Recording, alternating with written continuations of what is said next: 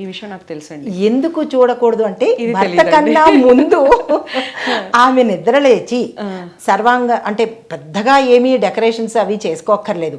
మొహం కడుక్కుని రూపాయి బిళ్ళంత బొట్టో లేకపోతే ఒక ఆవగింజంత బొట్టో పెట్టుకుని నవ్వుతూ భర్త ముందుకు వచ్చిన ముఖం చూడాలి. అయితే మరి స్త్రీలు ఎలాంటి భర్త ముఖం చూడాలి అంటే కనుక స్త్రీలు కూడా మరి ఇక్కడ ముఖం అని చెప్పాం కానీ అది భర్త భార్య అని కాదు కదా.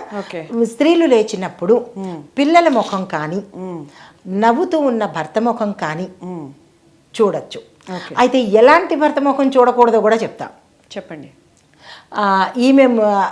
ఈమె కన్నా ముందు అతను నిద్రలేచినప్పుడు, ఈమె నిద్రలేస్తున్నప్పుడు అతను దంతధావనం చేస్తున్నట్టుగా ఉన్న ముఖం అయితే చూడకూడదు.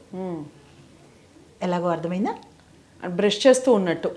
అంటే భర్త ముందే లేచి ఏదైనా ఒక సందర్భంలో భార్య తర్వాత లేచినప్పుడు లేస్తూనే ఇదిగో బెడ్ కాఫీ అని ఒక చేత్తో బ్రష్ పట్టుకుని ఒక చేత్తో బెడ్ కాఫీ ఇచ్చిన భర్త ముఖము ఆ స్త్రీ చూడరాదు. ఎందువల్లంటే అలా చూసినట్టయితే కనుక చాలా ఇళ్లలో ఇవాళ రేపు యూత్ పిల్లలందరూ అంతే కదా, వీళ్ళు లేటుగా లేస్తుంటారు, భర్తలు ముందుగా లేస్తుంటారు, బ్రష్ చేసుకుంటూ బెడ్ కాఫీ అంటారు. అలా ఇచ్చిన భర్తల ముఖము అస్సలు చూడరాదు.